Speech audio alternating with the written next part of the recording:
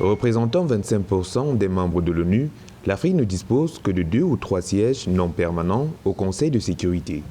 Dans l'optique d'une participation effective du continent à la gouvernance mondiale, les leaders africains appellent depuis de nombreuses années à un rééquilibrage du pouvoir au sein des institutions mondiales. L'Afrique, d'où vivront 3,8 milliards d'habitants à la fin de ce siècle et qui entend jouer un rôle crucial dans la tête des ODD, a le droit de participer aux instances décisionnelles mondiales et d'accéder, entre autres, au Conseil de sécurité des Nations Unies en tant que membre permanent et jure ainsi de ce droit conformément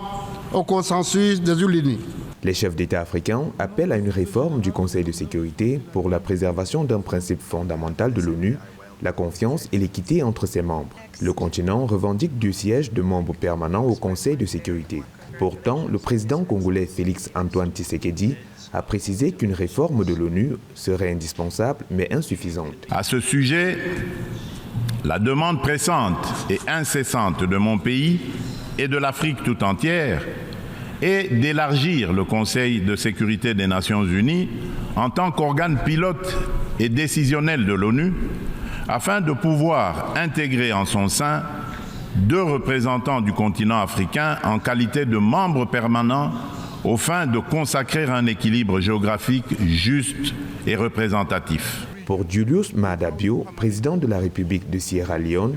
et coordinateur du comité des 10 chefs d'État et de gouvernement de l'Union africaine sur la réforme du Conseil de sécurité des Nations Unies, le Conseil de sécurité des Nations Unies reste prisonnier de l'époque de 1945, quand une grande partie de l'Afrique était encore sous l'emprise regrettable du colonialisme.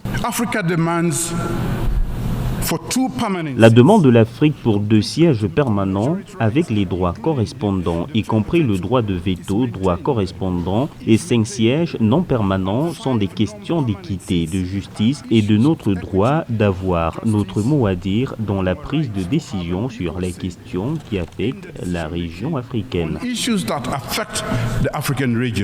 Aujourd'hui, le continent réclame un multilatéralisme ouvert et respectueux des différences, car, comme l'indique le président Azali Assoumani, seul un multilatéralisme juste et plus efficace, car plus inclusif, est susceptible d'apporter les changements profonds tant souhaités pour une meilleure vie dans le continent et à travers le monde.